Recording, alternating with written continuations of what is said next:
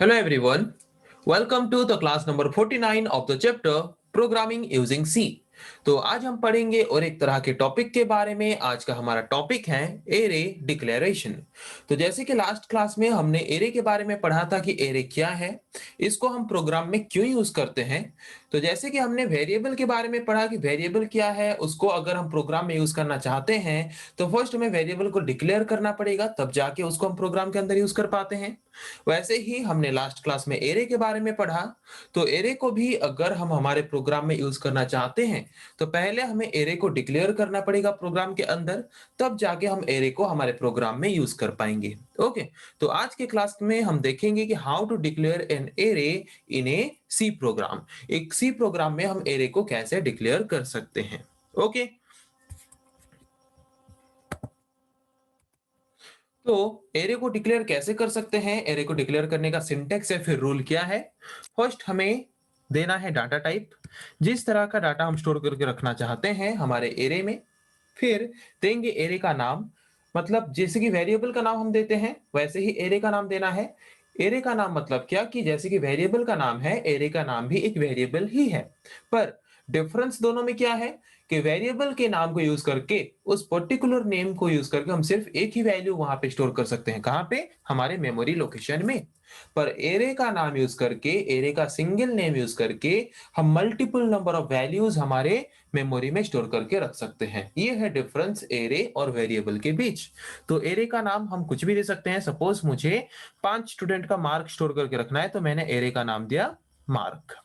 Okay, और array size मतलब ये मार्क वाला नेम को यूज करके हम कितना ठो वैल्यू स्टोर करके रखना चाहते हैं, वो है साइज। सपोज मुझे 5 स्टूडेंट्स का मार्क स्टोर करके रखना है, तो मैंने यहाँ पे दे दिया इसका साइज 5। ओके, मतलब क्या कि मार्क एक एरे का नाम है। एक सिंगल नाम मार्क को यूज करके हम 5 ठो अलग अलग multiple number of values store करके रख सकते हैं इंटीजर टाइप का। ओके, तो ये है एरे डिक्लेरेशन। ओके, तो यहाँ पे एक एग्जांपल है, जो एग्जांपल हमने वहां पे किया। फर्स्ट है इंट, जो कि है हमारा डाटा टाइप। उसके बाद मार्क, मार्क है एरे का नाम। उसके बाद 5 है, क्या 5 है हमारा साइज। ओके, तो ये क्या है, here we declared an array. यहाँ पे हमने एक एरे डिक्लेयर किया। एरे का नाम क्या है? मार्क, जो कि इंटीजर डाटा टाइप यूज करके हमने डिक्लेयर किया है। और उसका साइज हमने कितना दिया? उसका साइज हमने दिया है 5। तो 5 इसका साइज दिया है। इसका मतलब क्या है कि ये एक ऐसा वेरिएबल है या फिर एक ऐसा एरे है जो कि इंटीजर टाइप वैल्यू स्टोर करके रख सकता है। कितना ठो? 5 ठो। ओके, तो ये एक चीज याद रखना बहुत जरूरी है कि जब भी हम एक एरे डिक्लेयर करते हैं और एरे को डिक्लेयर करते वक्त वहां पे हम उस पर्टिकुलर एरे को जो डाटा टाइप और उसका जो साइज देके डिक्लेयर करते हैं, वो डाटा टाइप और वो साइज उसका फिक्स्ड रहता है, जिसको कि हम और बाद में चेंज नहीं कर पाते। ओके, वही लिखा है, it's important to note that the size and the type of an array cannot be changed once it is declared। एक बार अगर हमने एक एरे को उसका डाटा टाइप और साइज देकर डिक्लेयर कर लिया, तो उसका साइज और डाटा टाइप बाद में और हम चेंज नहीं कर सकते। ओके, समझ आ गया? तो how to declare an array, array हम कैसे डिक्लेयर कर सकते हैं। पता चला कि अगर हम हमारे प्रोग्राम में एक एरे डिक्लेयर करना चाहते हैं, तो उस पर्टिकुलर एरे में हम किस तरह का वैल्यू स्टोर करके रखना चाहते हैं। डाटा टाइप डिक्लेयर करेंगे। डाटा टाइप के बाद एरे का कुछ भी नाम देंगे, जिस तरह का नाम हम देना चाहते हैं। उसके बाद उसका साइज डिक्लेयर करेंगे कि ये सेम नेम को यूज करके मेमोरी लोकेशन में हम कितना ठो वैल्यू स्टोर करके रखना चाहते हैं, वो है उसका साइज। साइज डिफाइन करेंगे। तो ये हो गया हमारा एरे डिक्लेरेशन। ओके, समझ आ गया? अभी देखते हैं और एक तरह के टॉपिक के बारे में, how to access array elements. Array elements means जैसे कि हमने वहां पे डिक्लेयर किया मार्क 5, मतलब मार्क नेम यूज करके वो क्या करेगा, मेमोरी स्पेस रिजर्व करेगा हमारे मेमोरी में। ओके, मार्क वाला नाम यूज करके वो मेमोरी स्पेस रिजर्व करेगा हमारे मेमोरी में। 5 लिया था, मतलब कितना मेमोरी स्पेस रिजर्व करेगा? 5 ठो मेमोरी स्पेस रिजर्व करेगा। 1 2 3 4 5, 5 ठो मेमोरी स्पेस रिजर्व करेगा। तो 5 ठो मेमोरी स्पेस जो रिजर्व किया, तो 5 ठो मेमोरी स्पेस में हम कुछ ना कुछ वैल्यू स्टोर करके रखेंगे। तो अगर एक एरे में हम एक ही नाम यूज करके multiple number of same type of value store करके रखते हैं। तो अगर ऐसा कोई सिचुएशन आता है जहां पे हम कोई एक पर्टिकुलर वैल्यू को एक्सेस करना चाहते हैं, एरे एलिमेंट का कोई भी एक पर्टिकुलर वैल्यू, एरे एलिमेंट में मल्टीपल नंबर ऑफ वैल्यूज हैं, 5 वैल्यूज हैं। तो 5 वैल्यूज में से अगर मैं कोई एक पर्टिकुलर वैल्यू को एक्सेस करना चाहता हूं, तो उसको मैं कैसे एक्सेस कर सकता हूं? By using the index number of that particular array element. Array element का इंडेक्स नंबर यूज करके। तो इंडेक्स नंबर क्या है? जैसे कि हम किताब यूज करते हैं, बुक्स यूज करते हैं, तो बुक्स में आप देखिए इंडेक्स, जो हमारा कंटेंट होता है, इंडेक्स मतलब जहां पे लिखा होता है कि कौन सा टॉपिक कितने नंबर पेज में है, कौन सा चैप्टर कितने नंबर पेज में है, लिखा होता है, वो है हमारा इंडेक्स।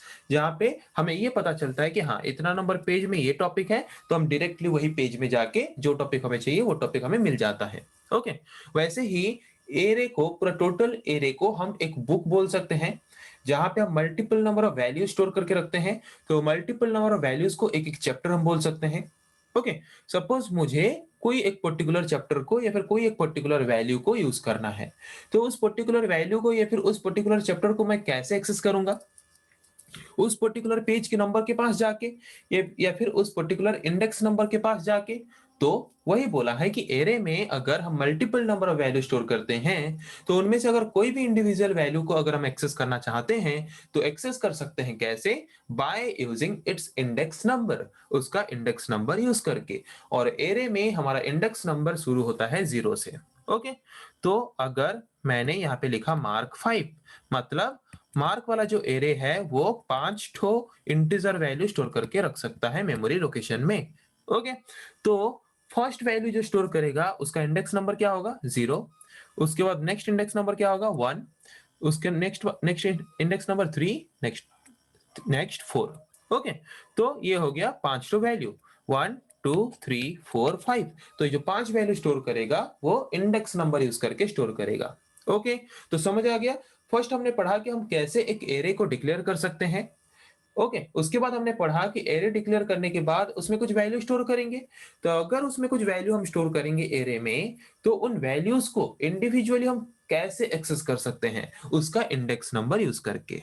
ओके, तो ये तो हमें पता चल गया कि अगर हम एरे में कुछ वैल्यू स्टोर करते हैं तो उसको कैसे एक्सेस कर सकते हैं। तो अभी हम देखेंगे कि एरे में हम वैल्यू कैसे इनिशियलाइज कर सकते हैं या फिर स्टोर कर सकते हैं।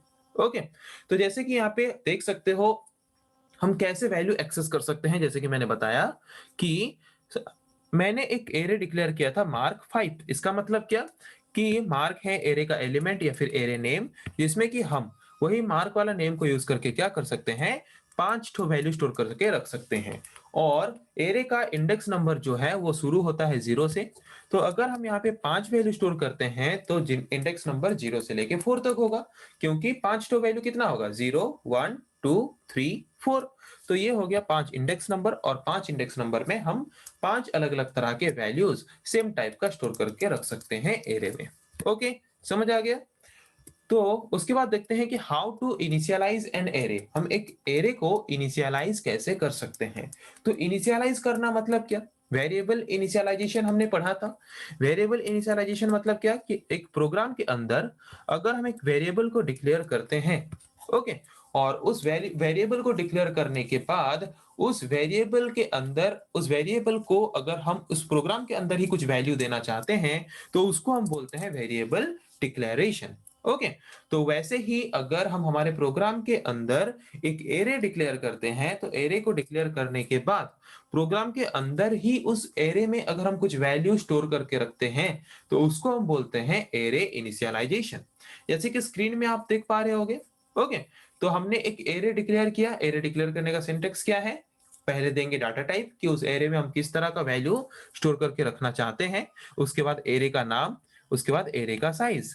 ओके, तो एरे का साइज क्या डिफाइन करता है? कि ये एरे का नेम यूज करके हम मेमोरी लोकेशन में कितना ठो वैल्यू स्टोर करके रख सकते हैं। ओके, एरे का साइज अगर हमने दिया है 5, मतलब वो हमें अलाउ करेगा ये वाला एरे नेम यूज करके मेमोरी लोकेशन में 5 ठो वैल्यू स्टोर करके रखने के लिए। तो यहाँ पे कर्ली ब्रेसेस के अंदर मैंने जो 5 वैल्यू लिखा है, इसको हम बोलते हैं एरे इनिशियलाइजेशन। ओके। जब भी हम एक एरे डिक्लेयर करते हैं, एरे डिक्लेयर करने के बाद उसी वक्त ही अगर उस पर्टिकुलर एरे को अगर हम कुछ वैल्यू देते हैं प्रोग्राम के अंदर, उसको हम बोलते हैं एरे इनिशियलाइजेशन। समझ आ गया? उसके बाद आते हैं, यहाँ पे देख सकते हो जैसे कि हमने देखा वहां पे कि हम कैसे एक्सेस कर सकते हैं एक एरे के अंदर। अगर हम multiple number of value store करते हैं, तो कोई भी एक पर्टिकुलर इंडिविजुअल वैल्यू को अगर हम एक्सेस करना चाहते हैं, तो कैसे एक्सेस कर सकते हैं? By using its index number. Okay. तो यहाँ पे हमने वैल्यू जो स्टोर किया, यहाँ पे देख सकते हो, यहाँ पे इनिशियलाइजेशन में हमने वैल्यू स्टोर किया। तो मैंने यहाँ पे 5 वैल्यू स्टोर किया। तो ये जो 5 वैल्यू स्टोर किया, ये कैसे स्टोर होगा? ये फर्स्ट वैल्यू हमने जो यहाँ पे लिखा, ये जाके स्टोर होगा मार्क वाला जो एरे नेम है उसके इंडेक्स नंबर 0 में। दूसरा वाला वैल्यू स्टोर होगा जाके मार्क वाले इंडेक्स नंबर 1 में। ये स्टोर होगा इंडेक्स नंबर 2 में। ये स्टोर होगा इंडेक्स नंबर 3 में। और ये स्टोर होगा इंडेक्स नंबर 4 में। ओके। तो देख सकते हो यहाँ पे फर्स्ट वैल्यू इंडेक्स नंबर 1 में, इंडेक्स मतलब 0 है, जो फर्स्ट इंडेक्स जो है हमारा 0, इंडेक्स 0 वहां पे स्टोर है। उसके बाद इंडेक्स नंबर 1 में स्टोर है सेकंड वैल्यू, इंडेक्स नंबर 2 में स्टोर है थर्ड वैल्यू, इंडेक्स नंबर 3 में स्टोर है फोर्थ वैल्यू, इंडेक्स नंबर 4 में स्टोर है फिफ्थ वैल्यू। ओके। तो ऐसे सिक्वेंशियली कंटिन्यूअस फॉर्म में वो क्या करता है, हम जो भी वैल्यू स्टोर करते हैं वो वैल्यू वो लेके मेमोरी लोकेशन में स्टोर करके रख लेता है। ओके। तो और कैसे तरीके से हम इनिशियलाइज कर सकते हैं एरे को? इस तरीके से भी इनिशियलाइज कर सकते हैं। मतलब यहाँ पे अगर हम कुछ साइज नहीं देंगे और डायरेक्टली अगर हम यहाँ पे वैल्यू प्रोवाइड करेंगे, तो उसी हिसाब से वो क्या करेगा, मेमोरी स्पेस रिजर्व करेगा। अगर हम यहाँ पे 5 ठो वैल्यू देते हैं, इसका मतलब उसको पता चल जाएगा, क्या कंपाइलर को क्या पता चल जाएगा, कि कंपाइलर को ये पता चल जाएगा ये जो एरे है, मार्क वाला जो एरे है, इसका साइज कितना है? इसका साइज 5 है। कैसे उसको पता चला?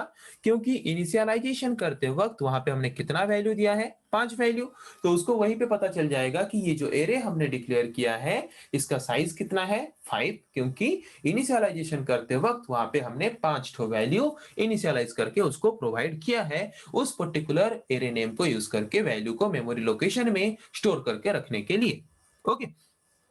तो समझ आ गया। फर्स्ट हमने पढ़ा how to declare an array. Array को हम डिक्लेयर कर सकते हैं उसका डाटा टाइप, एरे का नाम और एरे का साइज यूज करके। उसके बाद हमने पढ़ा कि अगर हम एक एरे में जबकि multiple number of value store करते हैं, तो अगर ऐसा कोई सिचुएशन आता है कि हम कोई एक पर्टिकुलर वैल्यू को एक्सेस करना चाहते हैं, इंडिविजुअल वैल्यू को एक्सेस करना चाहते हैं उस एरे से, तो उसको कैसे एक्सेस कर सकते हैं? By using the index number. Okay. Index number use करके। तो यहाँ पे अगर इस एरे में मैं 5 वैल्यू स्टोर कर सकता हूं, तो इंडेक्स नंबर एरे का शुरू होता है कहां से? 0 से। तो फर्स्ट वैल्यू हम जो स्टोर किए होंगे वो स्टोर होगा इंडेक्स नंबर 0 में। सेकंड वैल्यू हमने जो स्टोर किया है वो स्टोर होके होगा इंडेक्स नंबर 1 में, थर्ड वैल्यू इंडेक्स नंबर 2 में, फोर्थ वैल्यू इंडेक्स नंबर 3 में, फिफ्थ वैल्यू इंडेक्स नंबर 4 में, ऐसे सिक्वेंशियली स्टोर होके रहा होगा। तो जिस इंडेक्स नंबर के वैल्यू को हम एक्सेस करना चाहते हैं, डायरेक्टली उस पर्टिकुलर इंडेक्स नंबर को यूज करके वहां पे जो वैल्यू स्टोर्ड है उस वैल्यू को हम एक्सेस कर सकते हैं हमारे प्रोग्राम के अंदर। ओके। तो अभी देखेंगे कि how to change value of an array element.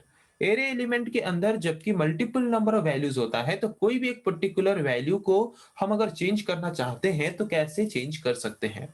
जैसे कि हमने पढ़ा कि हम एक एरे में जो वैल्यूज हैं उनमें से कोई भी इंडिविजुअल वैल्यू को अगर हम एक्सेस करना चाहते हैं, तो उसका इंडेक्स नंबर यूज करके एक्सेस कर सकते हैं।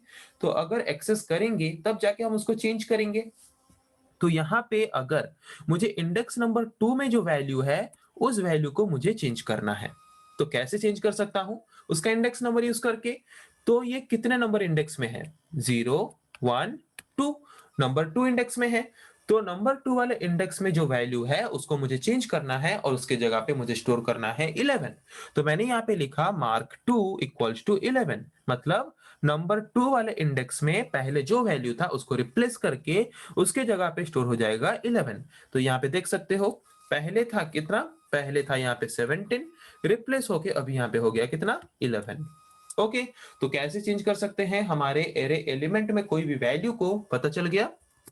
तो अभी देखते हैं कि how to input and output array elements, मतलब जैसे कि हम एक वेरिएबल का वैल्यू अगर हम रन टाइम में यूजर से इनपुट लेना चाहते हैं, तो वहां पे हम क्या यूज करते थे, स्कैनफ फंक्शन को। स्कैनफ फंक्शन यूज करके अगर हम इंटीजर वैल्यू यूजर से लेना चाहते हैं तो उसके लिए हम यूज करते थे फॉर्मेट स्पेसिफायर %d।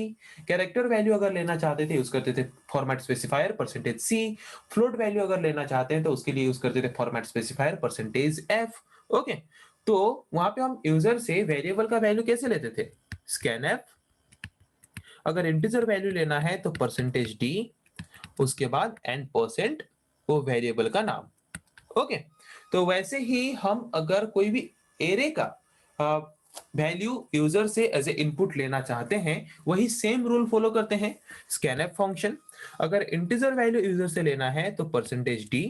ओके, उसके बाद अगर कोई भी वैल्यू हम एक्सेप्ट करते हैं तो वो वैल्यू जाके स्टोर होता है कहाँ पे, उस पर्टिकुलर वेरिएबल या फिर उस पर्टिकुलर एरे का एड्रेस जो है मेमोरी लोकेशन में, उस एड्रेस में जाके स्टोर होता है। और एड्रेस को स्पेसिफाई करने के लिए हम यूज करते हैं n% सिंबल को।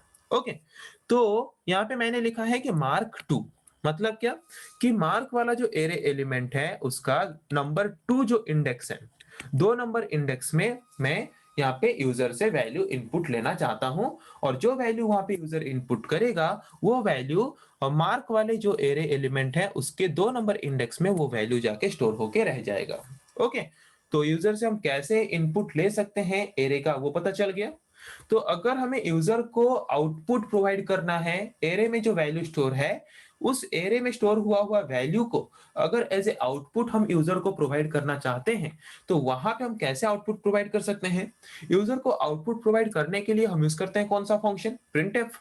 ओके, जैसे कि वेरिएबल में अगर कोई वैल्यू स्टोर्ड है, उस वैल्यू को अगर एज ए आउटपुट हम प्रोवाइड करना चाहते हैं तो प्रिंटफ फंक्शन यूज करके प्रोवाइड करते हैं। सिमिलर वे में कोई एरे में अगर कोई वैल्यू स्टोर्ड है तो एरे के वैल्यूज को एज ए आउटपुट प्रोवाइड करने के लिए भी हम यूज करते हैं प्रिंटफ फंक्शन को। ओके, तो सपोज मार्क वाला जो एरे एलिमेंट है उसके 2 नंबर इंडेक्स में जो वैल्यू है उस वैल्यू को मुझे एज ए आउटपुट प्रिंट करना है या फिर दिखाना है, तो वहां पे मैं यूज करूंगा प्रिंटफ फंक्शन। जबकि मार्क वाले एरे को हमने डिक्लेयर किया है एज ए इंटीजर एरे, तो वहां पे यूज करेंगे %d फॉर्मेट स्पेसिफायर को। और जिस एरे, मतलब जिस पर्टिकुलर एरे एलिमेंट का वैल्यू मुझे एज ए आउटपुट दिखाना है या फिर प्रिंट करना है, उस एरे एलिमेंट को मुझे यहाँ पे मेंशन करना है। ओके, तो समझ आ गया कि कैसे हम एक एरे एलिमेंट में वैल्यू यूजर से रन टाइम में एज ए इनपुट ले सकते हैं, और एक एरे एलिमेंट का वैल्यू हम कैसे एज ए आउटपुट हम प्रोवाइड कर सकते हैं प्रोग्राम एग्जीक्यूशन करते वक्त। ओके, समझ आ गया। तो आज हमने पढ़ा कि how to declare an array, how to access the value stored in array element, then how to initialize the value in an array, then how to insert or how to accept value for an array element during the time of execution from the user, and how to provide output which is stored in an array element during the time of execution of a program. Okay, तो समझ आ गया। तो next class में हम पढ़ेंगे ऐसे और कुछ टॉपिक्स के बारे में। आज के लिए इतना ही। Thank you.